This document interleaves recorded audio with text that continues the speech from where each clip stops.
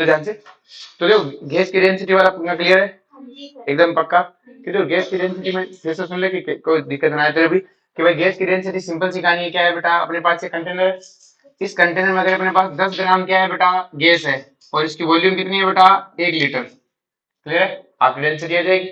मैं इसमें 10 ग्राम और डाल सकता हूँ, क्या कर सकता हूँ 10 ग्राम और डाल सकता हूँ, इवन मैं इसमें 20 ग्राम और डाल सकता हूँ क्योंकि गैस तो आती जाएगी ना कंटेनर में, गैस का ऐसा बन रहा है नहीं क्योंकि गैस तो वॉल्यूम क्या है जितना अगर एरिया कवर कर लेती है आप और डालते रहो, तो मतलब गैस को क्या किया जा सकता है बेटा एड किया जा सकता है। लेकिन अगर किसी कंटेनर में लिक्विड भरा हुआ है और लिक्विड नहीं डाल सकते आप, और डालोगे तो सिंपल सी वॉल्यूम भी बढ़ाएगा, क्लियर है। इसी तरह अगर मान लो कोई साल्ट है भरा हुआ है उसमें आप और साल्ट डालोगे तो उसी साल्ट की क्या आएगी बेटा फिक्स रेशियो है, कंप्रेस नहीं है ना वो, इसे कंप्रेस किया जा सकता है, इसे क्या किया जा सकता है कंप्रेस, कंप्रेस करके और वेट डाल दो उसी वॉल्यूम में, तो इसका मतलब इसकी डेंसिटी क्या है वेरिएबल है। इसलिए गैस की डेंसिटी कैसी होती है बेटा एक्सटेंसिव प्रॉपर्टी होती है, इंटेंसिव नहीं होती है। आई बात में, चलो जी, तो भाई गैस में हम कितना वेट डाल सकते हैं, जितना वेट डाले उसी वॉल्यूम पे वेट डालते रहेंगे तो वॉल्यूम तो क्या है बेटा फिक्स, अब वेट ऐड करते रहो, वेट ऐड करते रहो तो उसकी डेंसिटी क्या होती जाएगी बेटा बदलती जाएगी, कोई दिक्कत। नेक्स्ट हेडिंग लगाओ बेटा अपने पास में, और वो है बेटा आइसोथर्मल, कौन सा है बेटा आइसोथर्मल हो गया था, आइसोबारिक। आइसोबारिक प्रोसेस का मतलब क्या होता है बेटा ऐसी प्रोसेस जिसका प्रेशर कांस्टेंट हो, process in which pressure is constant, process in which, हाँ साल स्लो वाली कहानी है, process in which pressure is constant, और अगर बेटा प्रेशर कांस्टेंट है इसका मतलब डीपी जीरो है कि delta P zero, DP zero, DP क्या होना चाहिए बेटा जीरो, बोलो कोई दिक्कत है, क्लियर है। तो ग्राफ बनाया हमने पी वर्सेस वी में, किसमें बनाया बेटा, तो पी वर्सेस वी में अगर मैं ग्राफ बनाऊं तो क्या ये ग्राफ बेटा आइसोबारिक को एक्सप्लेन करता है बेटा, आइसोबारिक को क्या, ओ सॉरी सॉरी सॉरी इस ग्राफ में गलती से बनी, हाँ जी आओ,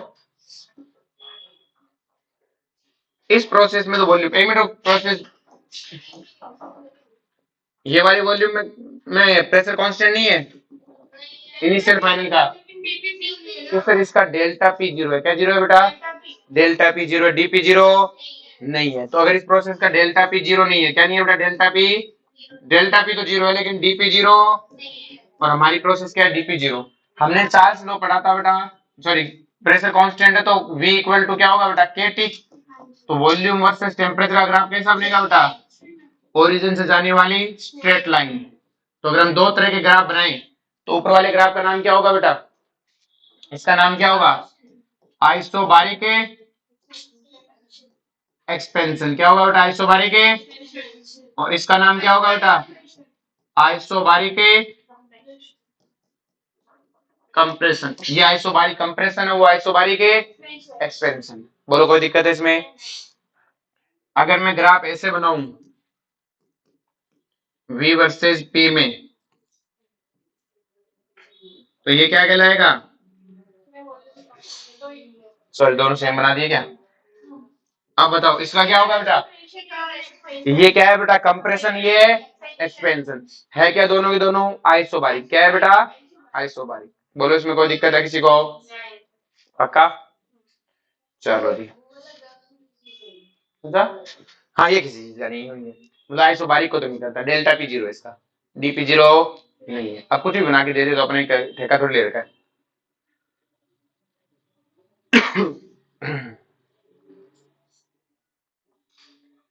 समझ में आया अपने सबको,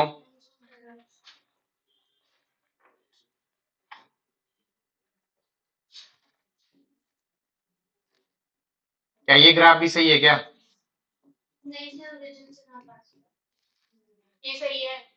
पी डिग्री सेल्सियस वाला जो ओरिजिनल चार्ल्स लॉ था उसी में था ना, तो कैसा उसमें सही है क्योंकि उसमें तो यहीं से किसी ओरिजिन से स्टार्ट होता है ना वी नॉट से, टी टी बाई 200, बोलो कोई दिक्कत है इसमें, डिग्री सेल्सियस में चलेगा ये ग्राफ, चलो जी नेक्स्ट चले, नेक्स्ट हेडिंग गो बेटा isochoric process, isochoric process. Isochoric process क्या होती है बेटा कि वो प्रोसेस जिसमें वॉल्यूम कांस्टेंट होती है। वॉल्यूम क्या होती है? कांस्टेंट। दूसरा प्रोसेस, दूसरा वाला लो लगेगा तो लिखो प्रोसेस इन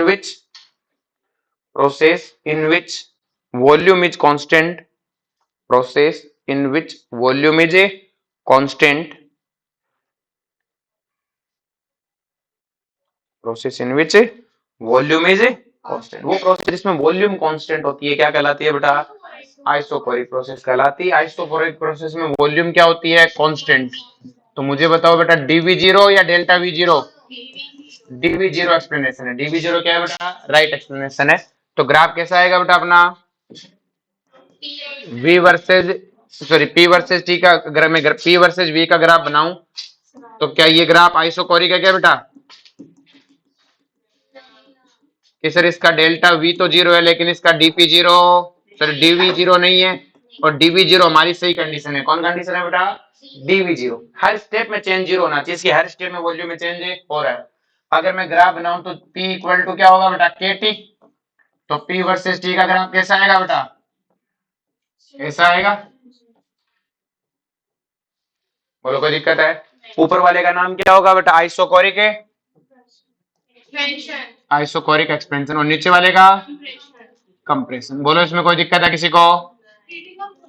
लेकिन सिंपल सी कहानी है कि आप मुझे बताओ आइसोकोरिक एक्सपेंशन कैसे होगा? अरे तो सोच के सही। आपने कहा आइसोकोरिक है और एक्सपेंशन। आइसोकोरिक मतलब वॉल्यूम कांस्टेंट। तो इसका मतलब आइसोकोरिक तो वो मतलब होता है ना, दोगली बात होगी ना। आइसोकोरिक एक साथ बोल रहे हो, शर्म नहीं आ रही? इससे थोड़ी देर बाद आइसोकोरिक एक्सपेंशन हो सकता है क्या? नहीं भाई, वॉल्यूम तो कांस्टेंट है ना आपकी बात। और आइसोकोरिक एक्सपेंशन आइसोकोरिक कंप्रेशन है, नहीं हो सकता। तो इसका मतलब क्या हो रहा है बेटा? तो नया टर्म दे दिया। अगर इधर देखो तो टेम्परेचर बढ़ रहा है तो नाम क्या रख दिया बेटा? Isochoric heating. और इसका नाम क्या रख दिया? Isochoric cooling. आ रही बात में? अगर मैं ग्राफ बनाऊं v वर्सेस t में तो ग्राफ कैसा आएगा बेटा? इस तरह से आएंगे। आइसोकोरिक है, कूलिंग और हीटिंग। ऊपर वाला हीटिंग, नीचे वाला कूलिंग। p वर्सेस v के ग्राफ कैसे आएंगे बेटा? इस तरह से आएंगे। हाँ बताऊंगा नहीं, इससे पूछ ले।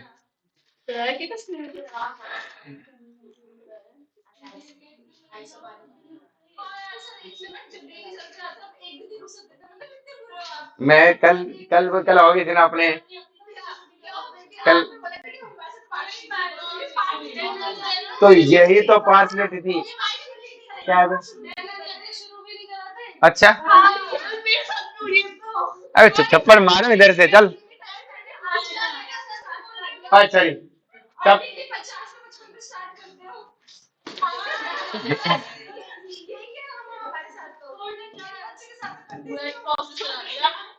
सुन ले अब। ये वाला कौन सा है बेटा? आइसोकोरिक। क्या है बेटा? आइसोकोरिक। अब इसमें क्या हो रहा है बेटा? प्रेशर बढ़ रहा है। क्या बढ़ रहा है बेटा? प्रेशर। अगर प्रेशर बढ़ रहा है तो क्या बोलेंगे बेटा? टेम्परेचर बढ़ रहा है।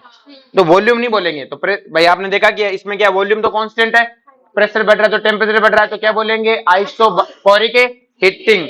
और इसको क्या बोलेंगे? Isochoric cooling. क्यों? क्योंकि सर देखो वॉल्यूम तो कांस्टेंट है, प्रेशर घट रहा है तो टेम्परेचर भी घट रहा है। क्या बात है? पूछ ले इनमें से किसी।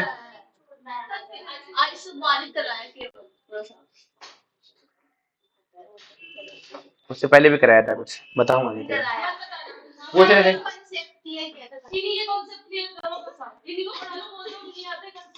सॉरी मैं तेरे बहुत मारूंगा। लिखो इसे।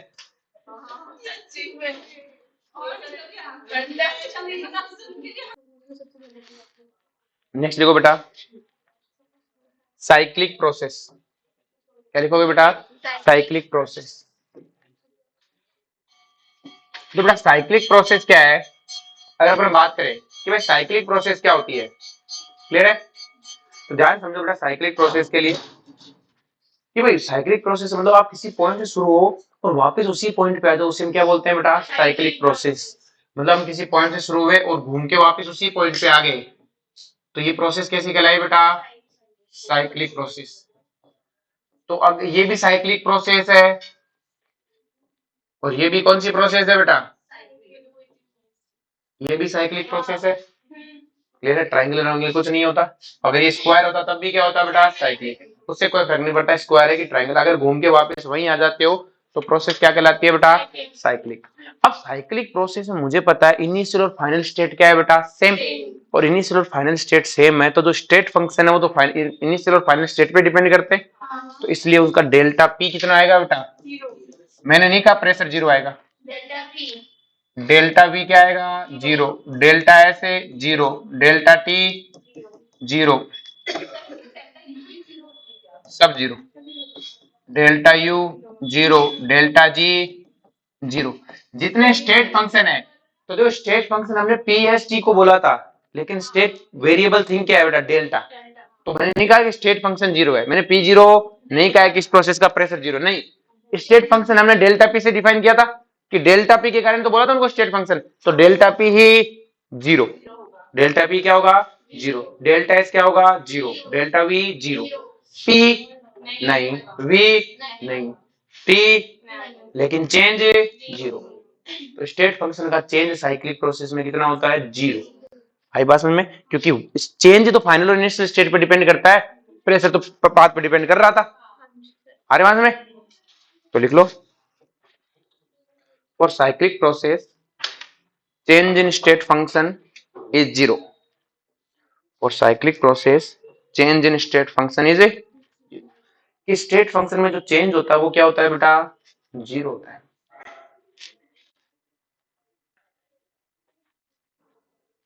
क्लियर है?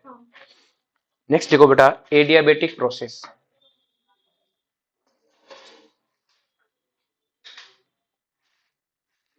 नेक्स्ट हेडिंग लगाओ बेटा, एडियाबेटिक प्रोसेस। तो एडियाबेटिक प्रोसेस क्या होता है? ध्यान समझो, ऐसी प्रोसेस जिसमें चेंज इन हीट जीरो या हीट जीरो। हीट जीरो नहीं, हीट जीरो। क्लियर है? हीट जीरो मतलब सिस्टम और सराउंडिंग में कोई हीट का एक्सचेंज नहीं है। चेंज क्या होता है? हीट कोई चेंज थोड़ी होती है, हीट तो एक्सचेंज होती है, अमाउंट होता है ना। इधर से इधर दिया तो चेंज क्या है? जो देने वाला अमाउंट है उसका नाम हीट है, तो चेंज नहीं है, वो दिया आपने। और अगर आपका हीट एडियाबेटिक प्रोसेस तो हीट जीरो, चेंज नहीं, क्यू जीरो। क्या बोलोगे? अब एडियाबेटिक प्रोसेस को ऊपर अभी ज्यादा डिस्कस नहीं कर रहे, अपन ज्यादा डिस्कस इसके लास्ट में करेंगे। सो जो वर्क डन पढ़ेंगे तब इसके बारे में, इसके ग्राफ और आपको समझेंगे इसके ग्राफ कैसे बनते हैं कैसे नहीं बनते। अभी हमारे लिए सिंपल एक छोटा सा पॉइंट है कि एडियाबेटिक प्रोसेस के लिए अपन क्या बोलेंगे? Heat zero, Q equal to zero. इसका भी ग्राफ आइसोथर्मल की तरह बनता है, पीवी का मॉल, पर वो वहीं पर पढ़ेंगे। ठीक है, चलो जी नेक्स्ट लिखो बेटा, ग्राफ कन्वर्जन। जो ग्राफ कन्वर्जन बहुत सिंपल सा टॉपिक है।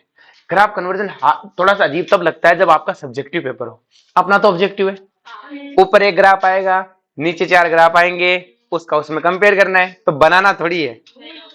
अपने को तो ऊपर वाले को देखना वैसा नीचे होना चाहिए, लेकिन अभी तो बना के सीखेंगे। तो ग्राफ कन्वर्जन हेडिंग लगा के बेटा लिखो, प्रेशर वर्सेस वॉल्यूम में ग्राफ बना हुआ है। किसमें बना हुआ बेटा? प्रेशर वर्सेस वॉल्यूम में। ए बी सी डी, ए से बी, बी से सी, सी से और डी से ए। ये है आपका A B C D graph. Clear है?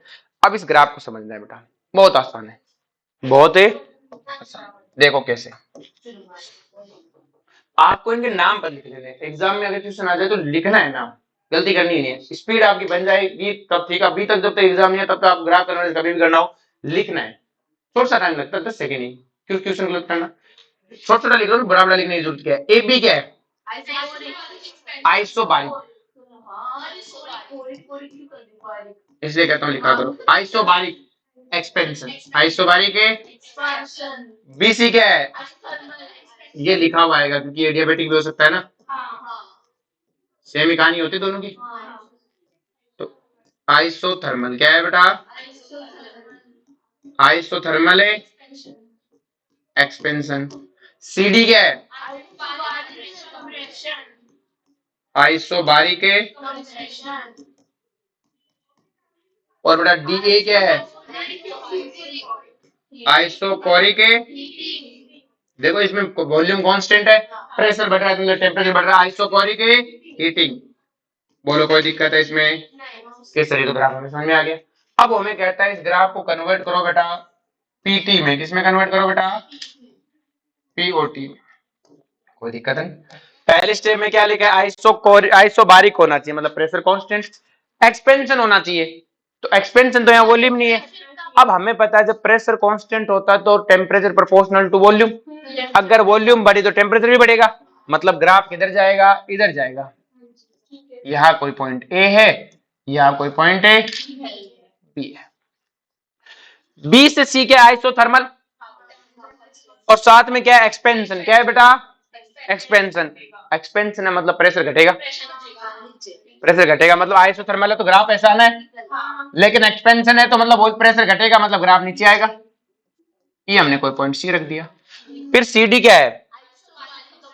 आइसोबारिक है, कंप्रेशन। अब आइसोबारिक है तो आइसोबारिक तो ऐसा होगा हॉरिजॉन्टल। अब कंप्रेशन, और कंप्रेशन मतलब वॉल्यूम घटेगी, वॉल्यूम घटेगा मतलब टेम्परेचर घटेगा, तो ग्राफ कैसा आएगा? ऐसा। ये हमने नाम रख दिया डी। अब हमें क्या कहा है? Isochoric heating. हीटिंग का मतलब टेम्परेचर बढ़ेगा, आइसोकोरिक है। और पीटी ग्राफ आइसोकोरिक कैसा आता है? ओरिजिन जाने वाली स्ट्रेट लाइन, मतलब ऐसी लाइन आएगी कोई इधर से जाती हुई। इसका मतलब हमने शुरुआत में ए गलत लिया था, ए यहां से स्टार्ट होगा। कहां से स्टार्ट होगा? तो उसके हमें टेंशन लेने की जरूरत है, वो तो अपने आप लास्ट में जब ग्राफ सेट होगा तब अपने आप आ जाएगा। इसको मिटा देते हैं पीछे से, वो तो हमारे सेट करने के लिए ना, ग्राफ अपने आप आ जाएगा। भाई डी ए कैसा आना चाहिए? Isochoric heating. तो आइसोकोरिक हीटिंग तो डी और ए अपने आप सेट हो जाएंगे। ये आपका डी से ए। आपको सर एग्जाम में अगर आया, हमें से नहीं हुआ तो मैं करना किसको है? नीचे ऑप्शन बनाएगा। क्लियर है? नीचे ऑप्शन बनाएगा मतलब ए बी क्या है? Isobaric expansion. तो देखो इसका ए बी आइसोबारिक एक्सपेंशन को डिफाइन कर रहा है क्या कि सर आइसोबारिक है, टेम्परेचर बढ़ रहा है मतलब वॉल्यूम बढ़ रही है। बी से सी क्या है बेटा? आइसोथर्मल। आइसोथर्मल है, एक्सपेंशन क्या है? क्योंकि प्रेशर घट रहा है। बी से सी में देखो बेटा आइसोथर्मल है और प्रेशर घट रहा है मतलब वॉल्यूम बढ़ रही है, तो isothermal expansion. Isothermal expansion. C D isobaric. Isobaric temperature घट रहा है मतलब वॉल्यूम घट रही है, क्योंकि प्रेशर कांस्टेंट होता तो वॉल्यूम प्रोपोर्शनल टू टेम्परेचर। और डी से क्या होना चाहिए? आइसोकोरिक। पीटी ग्राफ आइसोकोरिक कहां से आता है? Original element straight line. आई बात में? हमें बनाना थोड़ी, वहां तो बना बनाया आएगा, हमें तो मिलाना है। जैसे इसमें चार बातें वैसे चार बातें उसमें होनी चाहिए। जैसे नेक्स्ट ग्राफ अपने एक और बना लेते हैं, वीटी ग्राफ। कैसा बेटा? VT graph. अगर वीटी ग्राफ की बात करूं तो आइसोबारिक, वॉल्यूम और टेम्परेचर का आइसोबारिक ग्राफ कहां से जाना चाहिए? ओरिजिन से जाने वाली स्ट्रेट लाइन। हमने कहा ये लो, इसका नाम ए और इसका नाम है बी। ओरिजिन जाने वाली स्ट्रेट लाइन है, कहीं से भी खींच दो, वो लास्ट में अपने आप सेट हो जाएगी। बीसी के आइसोथर्मल एक्सपेंशन। आइसोथर्मल एक्सपेंशन कहां जाएगा बेटा? ऊपर। फिर सी से डी क्या है? फिर से आइसोबारिक कंप्रेशन, तो मतलब इधर ओरिजिन में जाने वाली ऐसी लाइन आएगी। हमने कहा ऐसी आएगी लाइन। तो अब डी क्या होना चाहिए? आइसोकोरिक। तो डी कहां रखे? कि ऐसी जगह रखो जहां से आइसोकोरिक है, डी से ए पे जाना है, तो क्या डी को हमें यहां रखना चाहिए और यहां से यहां जाना चाहिए, तभी तो आइसोकोरिक आएगा और हीटिंग आएगा। तो डी अपने आप सेट हो जाएगा, उसकी हमें टेंशन लेने की जरूरत है? बोलो कोई दिक्कत है इसमें? समझ गए? पक्का? अब ग्राफ बनाएगा वहां तो हमें बनाना थोड़ी है, हमें तो कंपेयर करना है। हमें तो क्या करना है? कंपेयर। समझा क्या? तो एक ग्राफ इसे उतार लो, मैं घर के लिए दे देता हूँ। ये तूने नहीं होगा। चलो उसे उतारो पहले, फिर क्वेश्चन दे स्पीडली।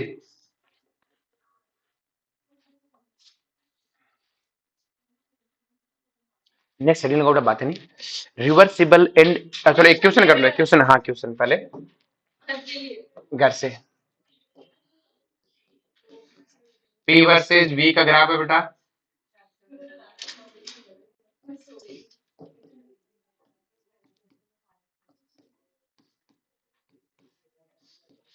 इसमें आपको बेटा पीटी और वीटी ग्राफ बना के लाने हैं। कौन से लाने हैं बेटा? एक सेकंड, पीवी तथा एक मिनट पीटी है ना, एक तो पीटी बनाना है और एक है वीटी। कैसे बना के लाना बेटा इसको ना?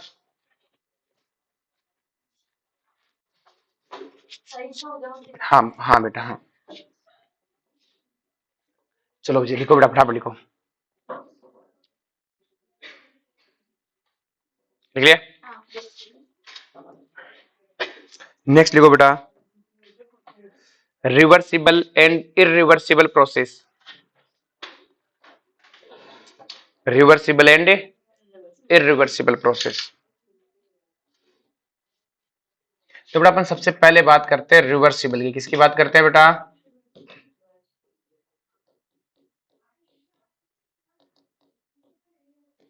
तो बेटा रिवर्सिबल प्रोसेस क्या होती है, ध्यान से समझो। क्लियर है कि इसको दोनों को अपने को पहले आराम से समझते हैं, फिर लिखना आराम से ना। तो पहले अपन रिवर्सिबल को समझते हैं, ठीक है। और देखो यहाँ से समझना ही डिफरेंस है, क्योंकि यहाँ जो अपन समझेंगे ना, ये चीज बहुत काम क्वेश्चन में आने वाले ना, तो एकदम कंसंट्रेट होकर समझते हैं। काम की चीज यही है, क्लियर। क्योंकि हमें हर थोड़ी देर बाद में प्रोसेस में रिवर्सिबल या इरिवर्सिबल, इसी में फंसेंगे। तो देखो बेटा रिवर्सिबल प्रोसेस क्या है, अपन ने एक कंटेनर लिया, अपन ने क्या लिया बेटा? कंटेनर। और कंटेनर में अपन ने क्या रख दिया बेटा? जैसे ये कंटेनर है, इस पे अपन एक पिस्टन लगा दी बेटा। क्या लगा दिए? के पिस्टन, ठीक है। और इसमें अपन ने गैस भरी हुई है, इसमें अपन ने क्या भरी हुई है बेटा? गैस। और जो यहाँ कंटेनर में ऊपर है, यहाँ पे अपन ने क्या कर दिया बेटा? कि मिट्टी भरी हुई है। क्या भरी हुई है बेटा? मिट्टी।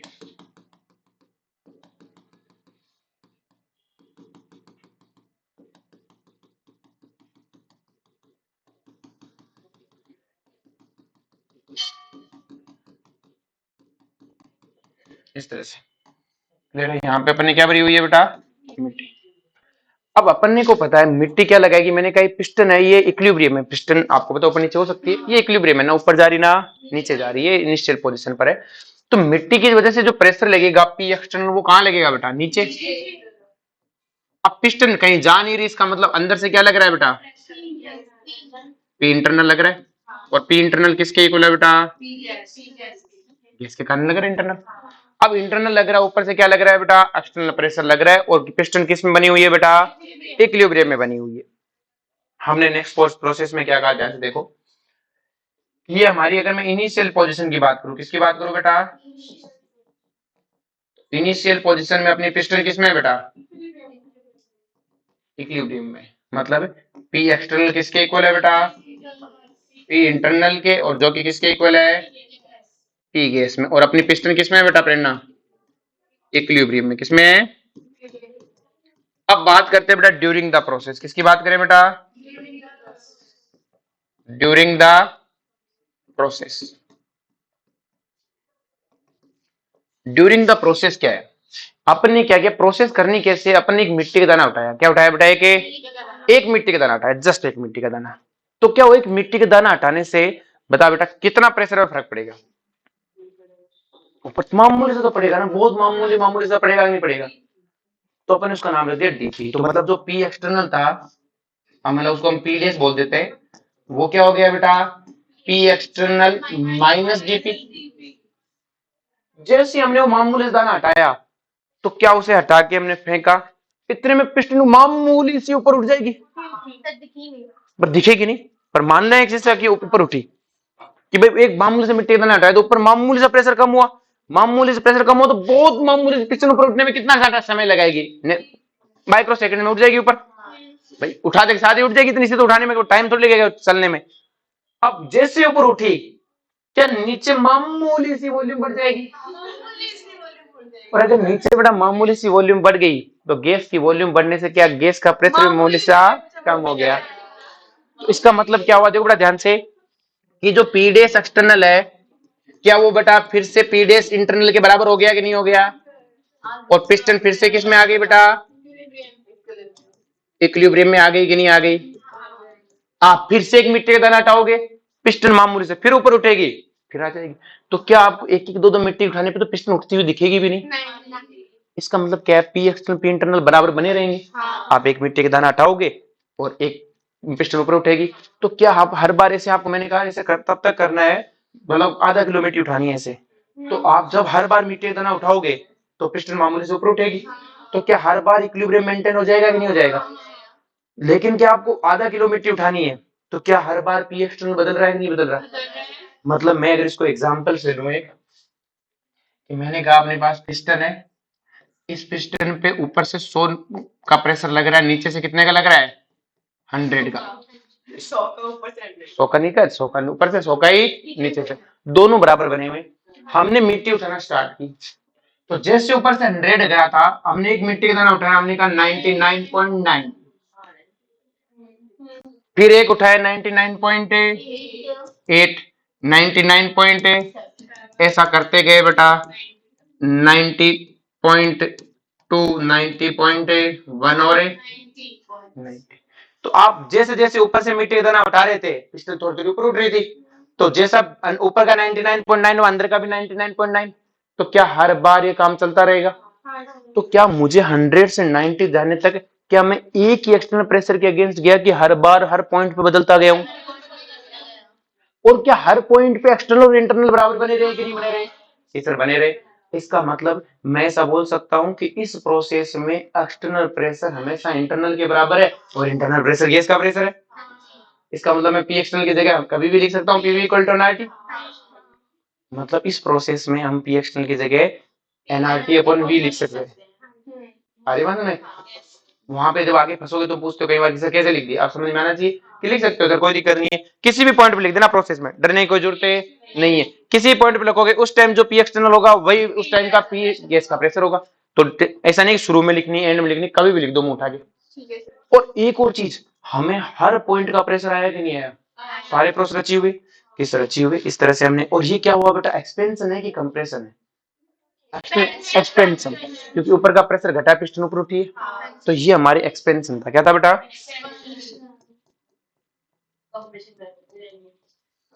क्लियर है? अब हमने सारे प्रेशर अचीव हुए, अब मैं कहता हूं कंप्रेशन करना। कंप्रेशन करना है तो बड़ा सिंपल सी कहानी है, 90 था अपने पास बेटा, तो एक मिट्टी का दाना ऊपर डालेंगे, डालेंगे तो जो प्रेशर है डीपीयू बढ़ता जाएगा, और अगर प्रेशर बेटा बढ़ता जाएगा तो प्रेशर क्या होगा बेटा, बढ़ेगा तो पिस्टन वॉल्यूम नीचे क्या हो जाएगी बेटा, नीचे। तो जैसे एक मिट्टी दाना डालूंगा मामूली से नीचे आएगी, तो मामूली से नीचे आने से कंटेनर की वॉल्यूम मामूली से कम हो गई, मामूली से कम होगी तो प्रेशर मामूली सा बढ़ गया, फिर से क्या हो गया, एक्सटर्नल इंटरनल बराबर। और आप बहुत धीमे धीमे कर रहे हो, तो धीमे धीमे करने से क्या होता है, मिट्टी का दाना डाला फिर दूसरा डाला, तो हमेशा पिस्टन थोड़ी दबती है, बराबर हो जाती है, फिर बराबर हो जाती है, मतलब हर स्टेप पे वापस से एक्सटर्नल इंटरनल बराबर बने रहेंगे। और आप धीमे धीमे ऊपर जाओगे तो वापस से 90.1 आएगा एक्सटर्नल, 90.2 आएगा, 90.8, चलते चलते 99.7, 99.8, 99.8, और आप 100 को अचीव कर जाओगे। कि अब भी मेरा एक्सटर्नल प्रेशर हर बार बदल रहा है, और हर बार किसके बराबर बना रहता है, इंटरनल के। तो क्या ये प्रोसेस एक स्टेप की प्रोसेस है कि इनफाइनाइट स्टेप की? स्लो प्रोसेस है कि फास्ट? Slow process. कैसी है साची? स्लो प्रोसेस है। फोन रख दे। तो क्या कर रही है? अच्छा फिर ठीक है। तो ये कैसी प्रोसेस है बेटा? Slow process. यहां तक कोई दिक्कत है कि सर? यहां तक हमें कोई दिक्कत नहीं है, चीज हमारे समझ में आ गई। अब नेक्स्ट सुनो ध्यान से, इसी प्रोसेस को फिर से लेते हैं। अब की बार इरिवर्सिबल लेंगे। कैसे लेंगे? अभी समझाएंगे इरिवर्सिबल इसका मतलब क्या है, कि सर दोनों में क्या डिफरेंस है, अच्छे से समझ तो ले। अब की बार प्रोसेस कैसे लिए बेटा अपन ने? इरिवर्सिबल। और इरिवर्सिबल प्रोसेस ली है तब अपने पास पिस्टन है, इस बार मिट्टी के कट्टे रख दिए, मतलब वजन के मतलब वजन मिट्टी के ऐसे बॉक्स टाइप में, एक बॉक्स उठाते 10 का डिफरेंस। मिट्टी के दाने नहीं उठाने, मिट्टी के दाने नहीं उठाने, मतलब हमने यहाँ मिट्टी के बॉक्स रख दिए इस तरह से।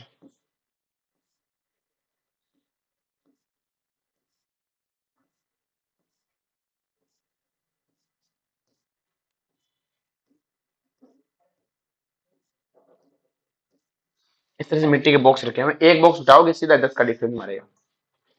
वापिस से वही है बेटा, अंदर गैस भरी हुई, अंदर कौन भरी हुई है? गैस भरी हुई है। तो अंदर से गैस के ऊपर पिस्टन पे क्या लग रहा है? पी इंटरनल लग रहा है, जो कि इनिशियली किसके इक्वल है बेटा? पी गैस के। और यहां से क्या लग रहा है बेटा?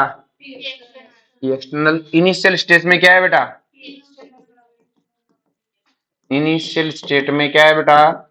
कि सर पी एक्सटर्नल किसके बराबर है, पी इंटरनल के, और ये किसके बराबर है बेटा, पी गैस। इनिशियल से हमें क्या मतलब है, हमें बात करनी है ड्यूरिंग द प्रोसेस। क्या बात करनी है, ड्यूरिंग द प्रोसेस। अब ड्यूरिंग द प्रोसेस में बात करूं, ये अपने पास फिर से एग्जांपल में चलते हैं। अपने पास पिस्टन है, ऊपर से कितने का लग रहा है बेटा, 100 का, नीचे से भी कितने का लग रहा है, 100 का। हमें एक्सपेंशन करना है, क्या करना है, क्या होता है एक्सपेंशन बेटा, ऊपर से प्रेशर हटाना है, ऊपर से प्रेशर हटाना है। मैंने एक झटके में ऊपर से प्रेशर, ऊपर का ये 100 है, अंदर का भी क्या है 100, ये आपका एक्सटर्नल है, और इधर जो लिखा है वो क्या है, इंटरनल है। इस तरह से मैं शुरुआत में 100 था, मैंने एक झटके में उठा के फेंक दिया, 100 का कितना हो गया, 90। खत्म हो गया 90। जैसे 90 हुआ, क्या क्या अंदर का भी साची गैस का 90 हुआ क्या, बता। जैसे मैंने बाहर का 90 किया, अंदर का गैस का 90 हो गया क्या,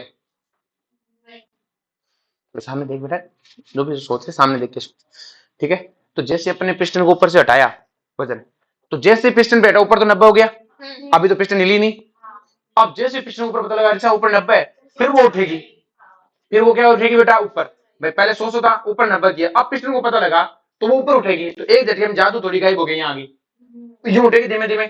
अब जब पिस्टन धीमे धीमे ऊपर उठेगी तो नीचे की वॉल्यूम बढ़ेगी, नीचे का प्रेशर बढ़ेगा, लेकिन एक साथ थोड़ी घटेगा। 100 का कितना होगा, स्पीड होगा 99, 99, 97, 96, 94, 95, 94, 93, 92, 91 और 90।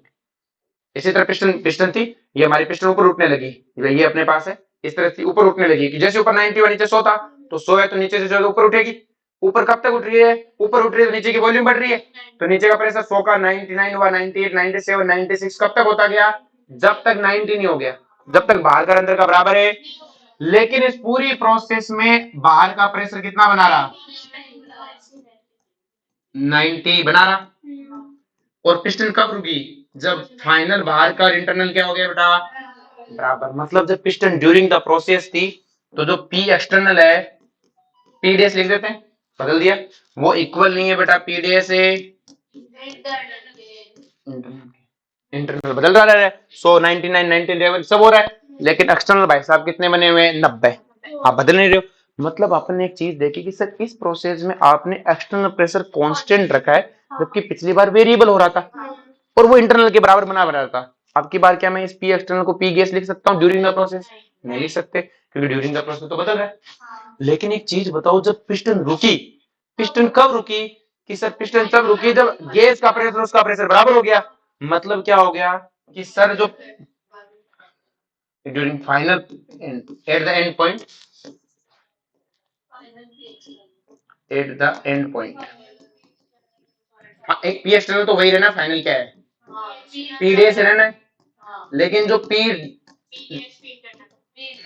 या फिर P final of gas, P final gas के बराबर होगा, तभी पिस्टन रुकेगी, वरना पिस्टन रुक ही नहीं सकती। वरना पिस्टन है, पिस्टन तभी रुक सकती है जब बाहर से प्रेशर क्या लग जाए बेटा, से। क्या ये बात समझ में आई बेटा, पक्का। अब नेक्स्ट देखो ध्यान से, इतनी बात समझ में आ गई, क्लियर। ये एक्सपेंशन था कि सर कंप्रेशन करेंगे अपन, तो क्या करेंगे, कंप्रेशन। कंप्रेशन में फिर से अपने पास वही है बेटा, एक पी एक्सटर्नल लेके इंटरनल, हमने कहा एक्सटर्नल 90 था, इंटरनल है 90 था, हमने एक झटके में उठा के रख दिया 10 किलो वजन, प्रेशर हो गया 100। जैसे 100 हुआ, अंदर तो 90 बाहर 100 है, तो ऐसा थोड़ी 100 होते नीचे आ गई, 100 जो है 100 90 तो पिस्टन नीचे दबने लगेगी। जब पिस्टन नीचे दबेगी, तो नीचे जब दब रही होगी तो नीचे का प्रेशर क्या हो रहा होगा बेटा, नीचे की वॉल्यूम कम हो रही है बेटा, नीचे की वॉल्यूम कम हो रही है तो प्रेशर बढ़ रहा है। तो 90 का जैसे थोड़ी पिस्टन नीचे आएगी, वॉल्यूम घटेगी 91, 92, 93, 94,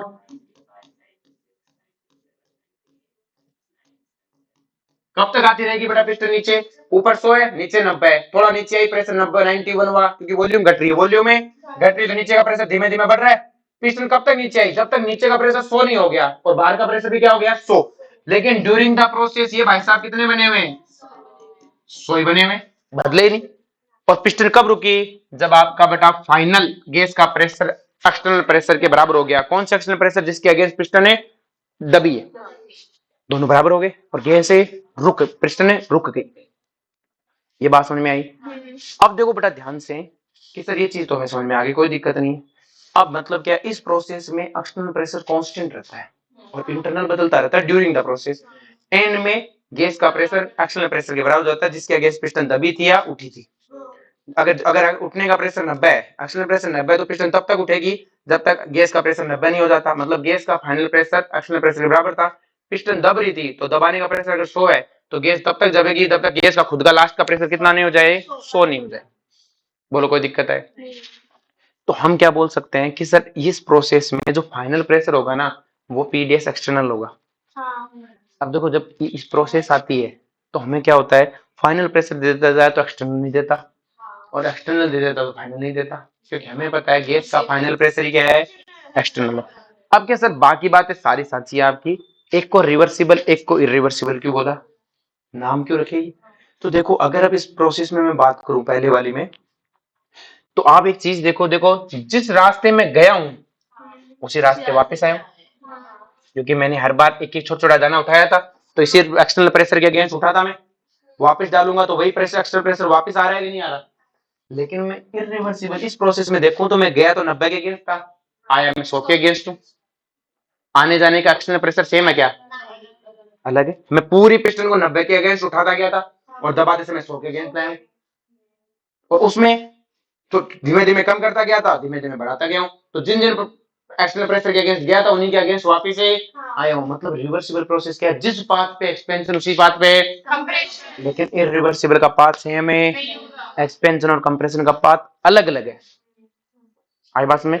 अब कि सर हमें पता कैसे चलेगा रिवर्सिबल की इरिवर्सिबल, अगला कह दे piston compress against a constant external pressure 2 atm, मतलब irreversible against constant 2 atm pressure expansion क्या होगा, तो बस इतना ही पता करना है। कांस्टेंट प्रेशर हुआ नहीं, इरिवर्सिबल है हुई नहीं। एक्सटर्नल प्रेशर का पंगा है कि जैसे एक्सटर्नल प्रेशर आपका कांस्टेंट इरिवर्सिबल, बोलो कोई दिक्कत है नहीं, आगे बात में। और एक्सटर्नल प्रेशर अगर कांस्टेंट जब भी बोलेगा तो इरिवर्सिबल क्या बेटा, इरिवर्सिबल, बोलो कोई दिक्कत है नहीं।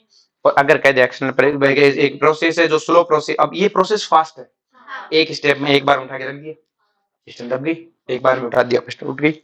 लेकिन इससे पहले वाली प्रोसेस क्या है, एक एक मिट्टी के दाना उठाओ एक एक उठाओ, क्या ये प्रोसेस क्या है बेटा, स्लो प्रोसेस। तो रिवर्सिबल प्रोसेस कैसी है बेटा, स्लो। रिवर्सिबल कैसी है, फास्ट। पहला डिफरेंस ये हुआ। दूसरा क्या हुआ बेटा,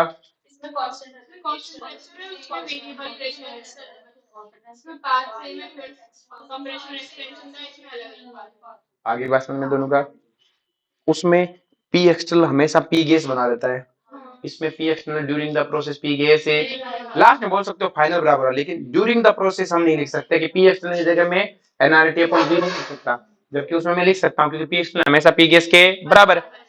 क्या दोनों प्रोसेस समझ में आई बेटा, कि हमें चीज दिमाग में, बाकी एक तो ऐसी ही कहानी है, हमें तो दो चीज सीखनी थी कि क्वेश्चन को पढ़ के ये पता करना रिवर्सिबल इरिवर्सिबल, इरिवर्सिबल आया तो उसकी खासियत क्या है, समझ में आ गया। तो चलो बेटा इसे छापो पहले, इरिवर्सिबल के लिए सबसे पहले रिवर्सिबल वाला छापो फिर इरिवर्सिबल वाला, स्पीडली।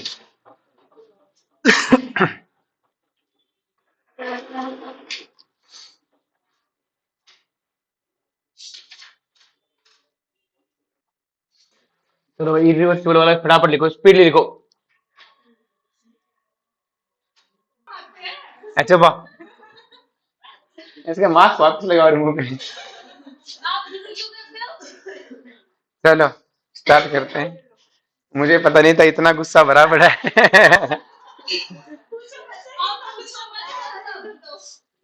कोई बात नहीं, बस और चलिए चलो। हाँ लगाओ बेटा, एक तरफ लिखो रिवर्सिबल, एक तरफ बेटा बहुत मारूंगा बता रहा हूँ। लिखो बेटा रिवर्सिबल और इरिवर्सिबल प्रोसेस। हाँ डिफरेंस बेटा, ये तो अपन ने लिख लिया, डिफरेंस लिख लेते हैं लैंग्वेज फॉर्म में। एक तरफ लिखो बेटा रिवर्सिबल और एक तरफ लिखो irreversible.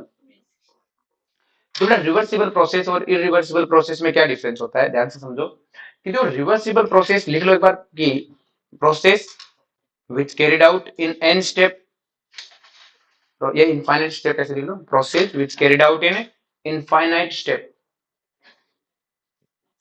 Process which carried out in infinite step. और उसके लिए क्या लिखोगे, process carried out in one step, finite step या वन स्टेप एक ही बात है, process which carried out in finite step. तो फाइनाइट 2 या 3 स्टेप में करा लो या एक स्टेप में करवा लो, है वो क्या कहलाती है बेटा, इरिवर्सिबल। रिवर्सिबल प्रोसेस कैसी है बेटा, स्लो स्टेप है, तो लिख दो स्लो प्रोसेस। इसमें क्या लिखोगे बेटा, फास्ट प्रोसेस। इसमें लिखो पी एक्सटर्नल, रिवर्सिबल में P external change, P external change, P external variable, very good, P external variable, P external is variable. जो पी एक्सटर्नल वो कैसा है बेटा, वेरिएबल है बेटा, क्लियर है ना। बात करते हैं पी इंटरनल इसकी, इसमें क्या है बेटा, पी एक्सटर्नल क्या है बेटा, कांस्टेंट, तो लिखो पी एक्सटर्नल इज कांस्टेंट।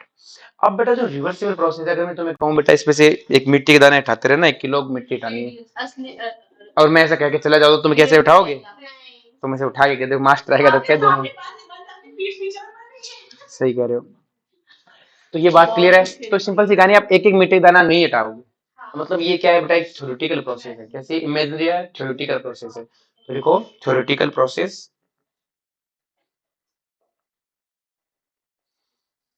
जबकि बेटा इरिवर्सिबल प्रोसेस कैसी है, रियल प्रोसेस, प्रैक्टिकल प्रोसेस,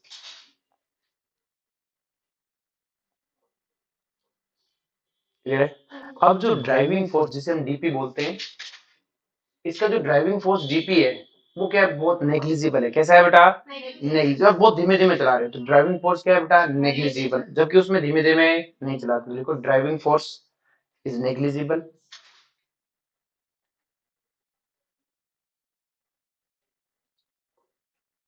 और इरिवर्सिबल में क्या लिखोगे, driving force have finite value, क्या है ड्राइविंग फोर्स क्या है, कोई फाइनाइट वैल्यू, अब से नेग्लिजिबल है significant value, driving force have significant value. क्या चीज समझ में आई बेटा दोनों सबको, हाँ इतना वो तो समझाइए ना वहां पे। नेक्स्ट देखो बेटा, हेडिंग लगाओ इसे बंद करके, स्पेसिफिक हीट, नेक्स्ट हेडिंग लगाओ बेटा, स्पेसिफिक हीट।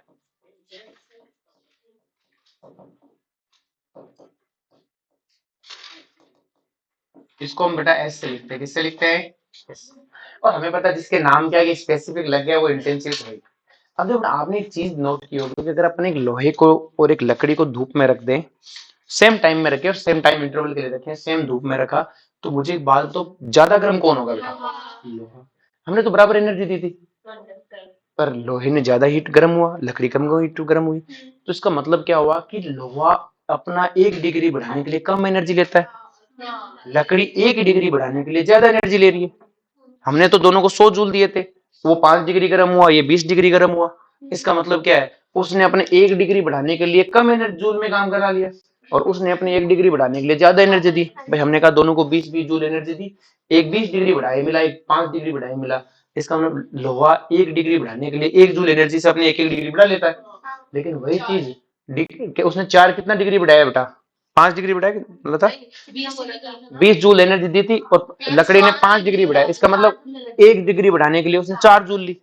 और यही चीज स्पेसिफिक हीट है कि कोई भी चीज किसी भी चीज का 1 ग्राम, क्योंकि स्पेसिफिक पर ग्राम या पर मोल होता है, यहाँ जो है वो पर ग्राम, तो कोई भी चीज अपना 1 ग्राम का 1 डिग्री बढ़ाने के लिए कितनी कितनी एनर्जी लेता है, कितनी, उसी का क्या बोलते हैं, स्पेसिफिक हीट। समझ में आ गया बेटा, तो लिखो बेटा, amount of heat required, amount of heat required, amount of heat required to raise the temperature, to raise the temperature by 1 degree of 1 gram substance,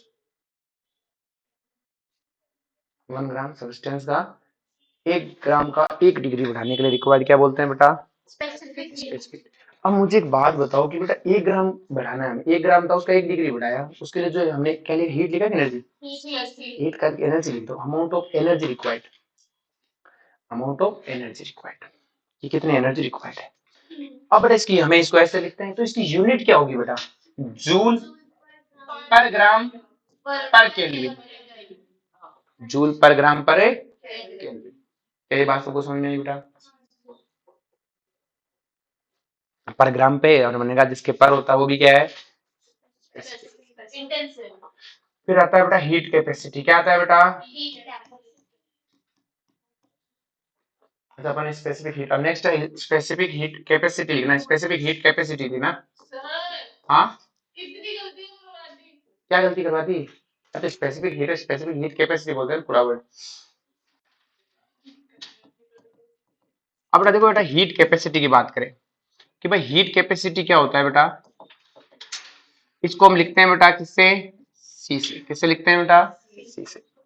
अब अगर मैं तुमसे कहूं बेटा कि 1 ग्राम का 1 डिग्री बढ़ाने के लिए कितनी एनर्जी चाहिए बेटा, एस, तो 2 ग्राम का 1 डिग्री बढ़ाने के लिए कितनी चाहिए,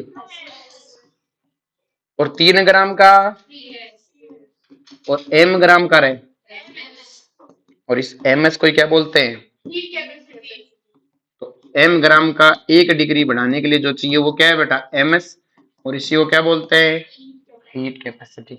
तो मुझे बताओ हीट कैपेसिटी इंटेंसिव की एक्सटेंसिव, मास पे डिपेंडेंट है, क्लियर है। तो हीट कैपेसिटी क्या, एक्सटेंसिव, यूनिट क्या हुई हीट कैपेसिटी की,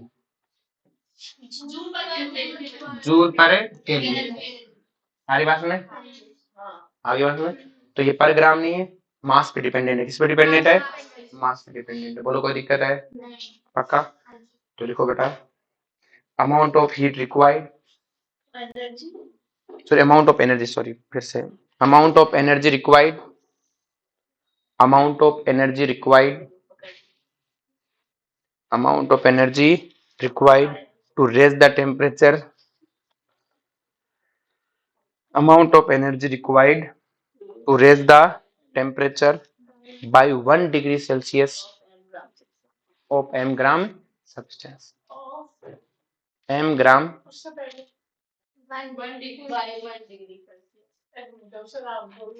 amount of energy required to raise the temperature by 1 degree Celsius of m gram substance, कितने का बेटा, m ग्राम का बढ़ाने के लिए चाहिए, उसे क्या बोलते हैं, हीट कैपेसिटी। लिख लो डाल दे,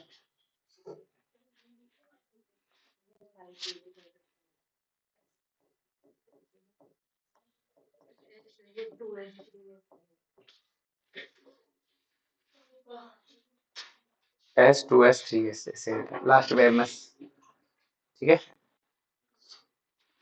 नेक्स्ट हेडिंग लगाओ बेटा हीट।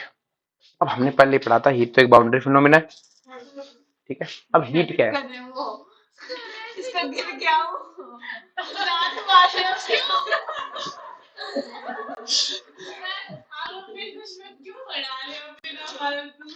कोई नहीं बेटा, दुश्मन अब नहीं बढ़ेंगे, दुश्मनों का क्या होता है, मारना पीटना शुरू करेंगे, दुश्मन 2 मिनट में खत्म। लिखो बेटा, तुझे बनाता हूँ रॉकी भाई, रुक जा तो, बस बता बस, इतना कंट्रोवर्शियल नहीं बोलते। लिखो हीट, अब बेटा अब बेटा हीट क्या है, अच्छा बा इसका भाई आज फिर पटक मैं ऐसे फिर मार दूंगा, मैं नहीं मानता इन चीजों को। लिखो बेटा हीट। अब बेटा हीट क्या है बेटा, ध्यान से, कि अपने पास क्या था, अरे यारी बस सीधा लेके आ चुका। तो बेटा हमें पता है कि 1 ग्राम का, जो ध्यान से, 1 ग्राम का 1 डिग्री बढ़ाने के लिए हमें कितना चाहिए था बेटा, एस। m ग्राम का 1 डिग्री बढ़ाने के लिए कितना चाहिए बेटा, ms। और बेटा अगर m ग्राम का 2 डिग्री बढ़ाना हो तो रे इधर ms इंटू 2, और 3 डिग्री बढ़ाना हो तो कि भाई m ग्राम का अगर मुझे 3 डिग्री बढ़ाना है तो क्या होगा बेटा, ms इंटू 3। अब मुझे एक बात बताओ बेटा, m ग्राम का डेल्टा टी बढ़ाना है तो क्या होगा बेटा, एम एस डेल्टा टी, और यही हमारा क्या है बेटा, हीट। यूनिट क्या होगी बेटा, जूल पर ग्राम पर केल्विन, तो ये केल्विन ये ग्राम कट के क्यू की यूनिट क्या आएगी बेटा, जूल। क्या आएगी बेटा, अब जो ये डेल्टा टी है बेटा, ये क्या है, टेम्परेचर डिफरेंस है। क्या है बेटा, T2 माइनस ए T1। तो एम यहाँ पे Q इक्वल टू क्या आएगा बेटा, एम एस T2 माइनस ए।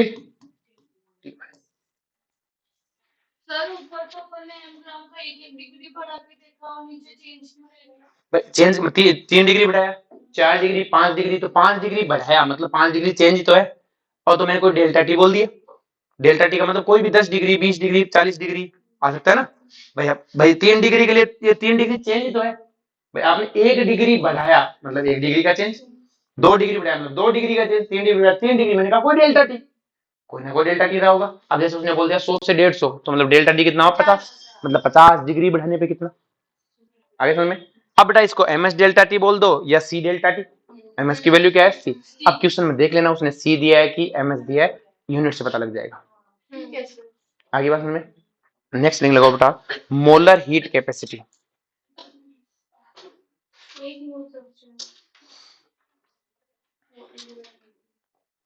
मोलर हीट कैपेसिटी, तो जो मोलर हीट कैपेसिटी क्या है बेटा, कि किसी की कोई भी अपने पास 1 मोल सब्सटेंस का 1 डिग्री बढ़ाने के लिए रिक्वायर्ड होगा, उसे क्या बोलेंगे, मोलर हीट कैपेसिटी। तो लिख लो, amount of heat required, amount of energy required.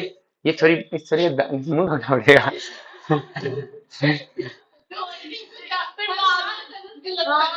चुप रहे।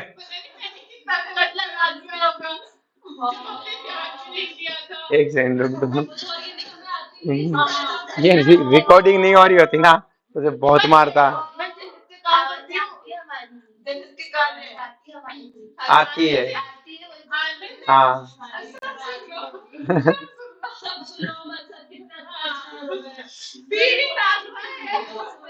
और कुछ, मेरा रिकॉर्डिंग नहीं हो रही, बहुत मारता बता रहा हूँ। टाइम तो मेरा ही वेस्ट हो रहा है। लिखो, मोलर हीट कैपेसिटी। अच्छा चुप, लिखो amount of heat required to raise the energy of heat. और सॉरी, अब की बार मैं बता रहा हूँ, सबको बोल रहा हूँ, तेरे को नहीं, सबको। सॉरी का मतलब तो अकेले नहीं आती।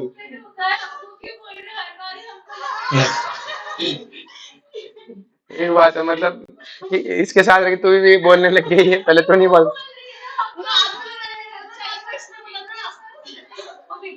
है ना। अब चलो लिखो फिर, amount of energy required to raise the temperature by 1 degree, to raise the temperature by 1 degree, to raise the temperature by 1 degree of 1 mole substance known as molar heat capacity। बेटा जो मोलर हीट कैपेसिटी उसे हम किससे represent करते हैं बेटा, CM से। किससे लिखते हैं, सीएम। इसको हम दो तरीके से रिप्रेजेंट करते हैं, एट कांस्टेंट प्रेशर, जब बेटा प्रेशर कांस्टेंट हो, और जब वॉल्यूम है at constant volume. Constant pressure पे इसको बोलते हैं सीपी, और कांस्टेंट वॉल्यूम पे से क्या बोलते हैं, सीवी। और देखो इसका डेरिवेशन होता है, उसमें पढ़ने की जरूरत नहीं। सीपी माइनस सीवी क्या होता है, आर। सीपी माइनस सीवी क्या होता है बेटा, आर। ये डिराइव करके आता है अपने ऊपर में, गैस कांस्टेंट। क्लियर है। तो क्या सीपी सीवी से हमेशा बड़ा है बेटा, अच्छा सीपी सीवी से हमेशा बड़ा है। क्लियर है। नेक्स्ट लिखो बेटा, आप देखो ध्यान से कि मुझे पता है कि 1 मोल का 1 डिग्री बढ़ाना है, उसके लिए कितनी एनर्जी चाहिए बेटा, सीएफ। अगर बेटा 2 मोल का 1 डिग्री बढ़ाना होता तो 2 सीएम, और 3 मोल का बढ़ाना होता तो 3 मोल का 1 डिग्री बढ़ाना हो तो 3 सीएम। मुझे एक बात बताओ, एन मोल का बढ़ाना हो तो NCM। और बेटा n मोल का डेल्टा 2 डिग्री बढ़ाना हो तो NCM इंटू 2। और बेटा n मोल का डेल्टा T बढ़ाना हो तो, और ये भी आपकी क्या है बेटा, हीट। क्या है बेटा, हीट। दोनों फॉर्मूले में डिफरेंस क्या है बेटा, उसमें था बेटा MS डेल्टा T, मास जूल पर ग्राम, मोल जूल पर मोल। CM की यूनिट क्या है बेटा, जूल पर मोल पर केल्विन। तो बेटा पर मोल लोगे तो मोल से मल्टीप्लाई, पर ग्राम लोगे तो मास से मल्टीप्लाई। हमारी बात में दोनों फॉर्मूले सेम थिंग कहानी बताते हैं, मोल में रह के ग्राम में, वेट में। आगे बात में दोनों हीट है, ठीक है। अब देखो बेटा इस क्वेश्चन को अच्छे से ध्यान से रखना, क्योंकि जो क्वेश्चन में क्या होता है कि एक क्वेश्चन जब आता है ना तो फंस जाते हैं ना। तो ध्यान रहे, जब अपन एक चीज और पढ़ ले उसके बाद दोनों को कंपेयर कराऊंगा, तो इसको अच्छे से याद कर लो कि MS डेल्टा T है, क्योंकि हमारे पास इंटरनल एनर्जी का फॉर्मूला भी कुछ ऐसा ही आएगा, है ना। तो उस कंफ्यूजन को अपन क्लियर रखेंगे, तो इसको भी ध्यान रखो कि हाँ ये ऐसा ही हुआ, ऐसा ही बोले। दोनों में माइनस है, दोनों ही हीट के ही है, दोनों किसके हैं, हीट के, एक वेट में और एक मोल में। क्लियर है। नेक्स्ट हेडिंग लगाओ बेटा, इसे उतार के स्पीड लिख लिया सबने। नेक्स्ट, अच्छा नहीं उतारा, चलो उतारो, स्पीड उतारो बेटा।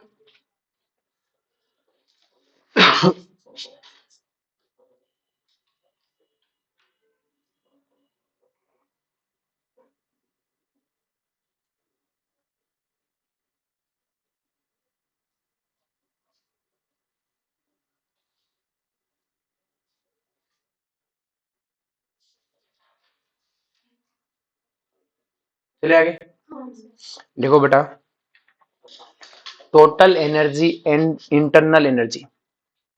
टोटल हेडिंग है बेटा, total energy and internal energy. अब जो बेटा टोटल एनर्जी किसके इक्वल होती है बेटा, ये इक्वल होती है बेटा internal energy U plus kinetic energy of system plus potential energy of system. अब काइनेटिक एनर्जी क्या है बेटा, ये क्या है बेटा, सिस्टम की ट्रेवलिंग की कारण, ठीक है भाई। सिस्टम क्या करे बेटा, ट्रेवल करे।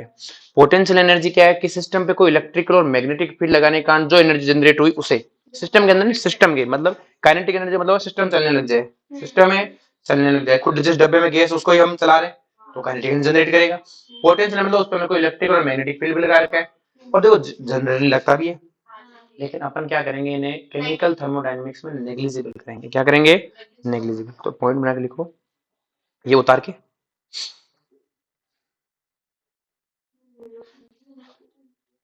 यू इंटरनल एनर्जी बेटा ना। तो काइनेटिक एनर्जी में लिखो बेटा, पहले सबसे पहले लिखो K E. Kinetic energy is due to motion of, kinetic energy is due to motion of system in case of chemical thermodynamics, in case of system,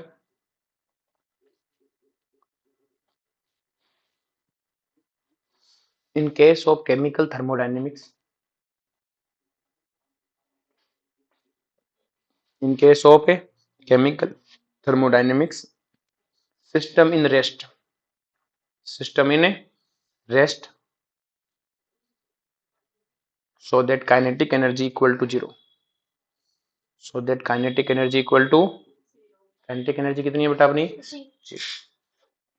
next लिखो बेटा potential energy, potential energy is due to electrical and magnetic field, potential energy is due to electrical and magnetic field, but in the case of, but in the case of chemical thermodynamics both are absent, both are absent। तो मतलब आपका kinetic energy भी कितनी है बेटा, zero, potential भी कितनी है, इसका मतलब आपकी जो टोटल एनर्जी है वही कौन है बेटा, इंटरनल एनर्जी।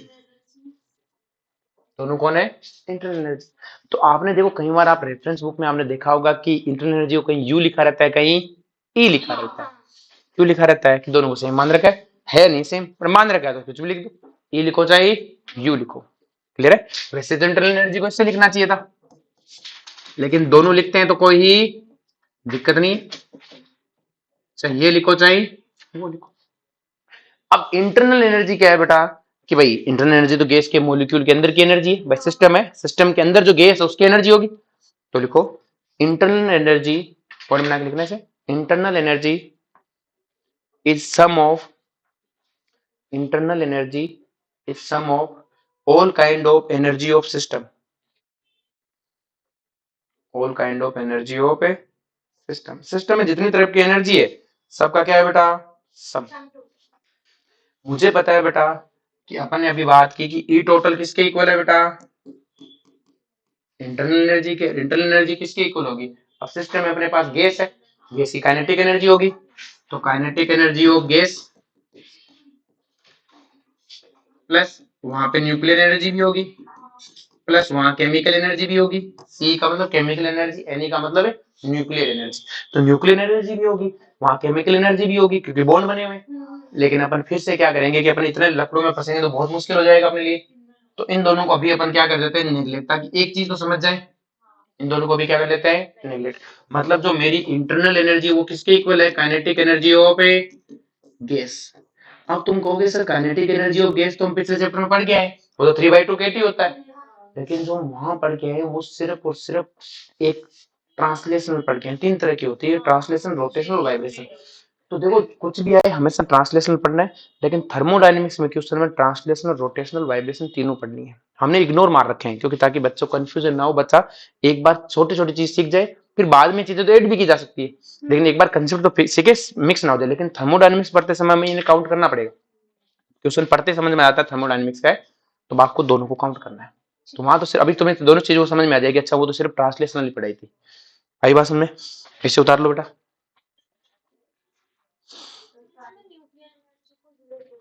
भाई हमें कहा कि अभी कोई नेग्लेक्ट मान दिया, हमने कहा ये पढ़ लेते हैं, उसका न्यूक्लियस की वजह से जो भी इफेक्ट है उसे उठाओ एक बार। क्लियर है? बाकी जो भी इफेक्ट है बॉन्ड एनर्जी उनको एक बार नेग्लेक्ट मारो, उनको छोड़ दे। एक चीज समझ में आ जाए तो बाद में भी ऐड की जा सकती है ना, कहानी समझ में आ जाए फिर तो ऐड करना आसान होता है ना कुछ भी। जैसे आप 9 10 में नॉर्मल ट्रिग्नोमेट्री पढ़ते थे, फिर जब 11 12 में आए तो ट्रिग्नोमेट्री और बढ़ाया, तो आपको नॉर्मल आ गए तो साइड में ऐड किया तो ज्यादा दिक्कत नहीं है, कोई वाली कहानी।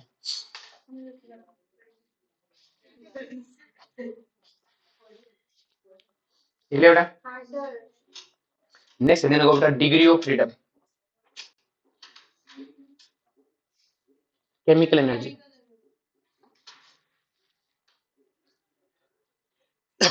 नेक्स्ट लिखो बेटा डिग्री ऑफ फ्रीडम। जो बेटा डिग्री ऑफ फ्रीडम क्या है, आजादी के तरीके। क्लियर है? क्या आपके पास कितने आजादी के तरीके हैं? बेटा इतनी आजादी बहुत होती है, और क्या चाहिए तुम्हें? रोटी खाना, बात में 3 चीजें, रोटी कपड़ा मकान, 3 बात का 3 ही मोटो, रोटी कपड़ा मकान। रोटी मिल जाती है, कपड़े दे रखे घर वालों ने, रात को सोने को मकान भी दे देते हैं। हम आपको यहाँ रोटी खाने देते हैं। तो क्लास के बीच में खाने में तुझे मना नहीं करूंगा बेटा, आराम से थाली लेके आ, थाली रख के एकदम। ले रहे मुझे होता है ना दही वही में चूर के रही हूँ फिर यार।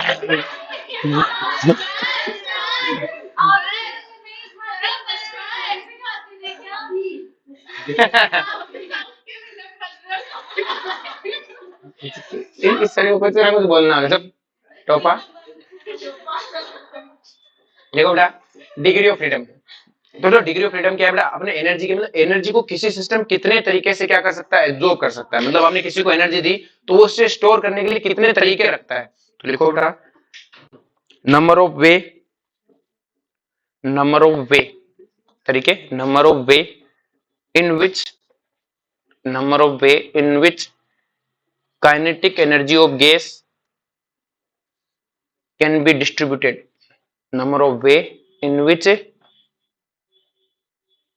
Kinetic energy of gas distributed, मतलब कितने तरीके जिसमें काइनेटिक एनर्जी ऑफ गैस क्या है बेटा, डिस्ट्रीब्यूटेड है। और बेटा किसी भी चीज की जो टोटल डिग्री ऑफ फ्रीडम है बेटा, टोटल वो होता है 3n। n क्या है बेटा, नंबर ऑफ एटम, n क्या है बेटा, नंबर ऑफ एटम। जैसे अपने पास है helium, neon, H2, O2, N2, CO2, H2O, CH4। तो अगर मैं इसमें देखूं तो हीलियम में कितने एटम है? एक एटम है, इसका मतलब मोनो एटॉमिक गैस है। कैसी गैस है? Mono atomic gas. तो ये दोनों गैस क्या कहलाएंगे बेटा? Mono atomic. Mono atomic. तो डिग्री ऑफ फ्रीडम टोटल इसका भी कितना आएगा? 3 और इसका 3। ये क्या कहलाएंगे बेटा? Diatomic. इनकी कितनी होगी बेटा? 6 6 6। ये क्या कहलाएगी? Triatomic. ट्राई। ये पेंटा एटॉमिक। इनको हम पॉली एटॉमिक बोल देते हैं, बोले तो CO2 का क्या आएगा बेटा? इनको हम पॉली एटॉमिक बोल देते हैं। क्या बोल देते हैं?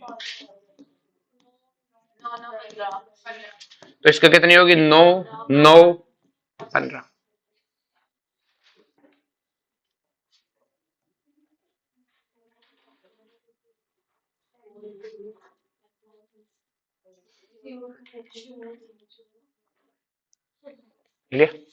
अब अपन नेक्स्ट स्टार्ट करेंगे नेक्स्ट क्लास, ठीक है? क्योंकि पूरा नहीं कर पाएंगे ना।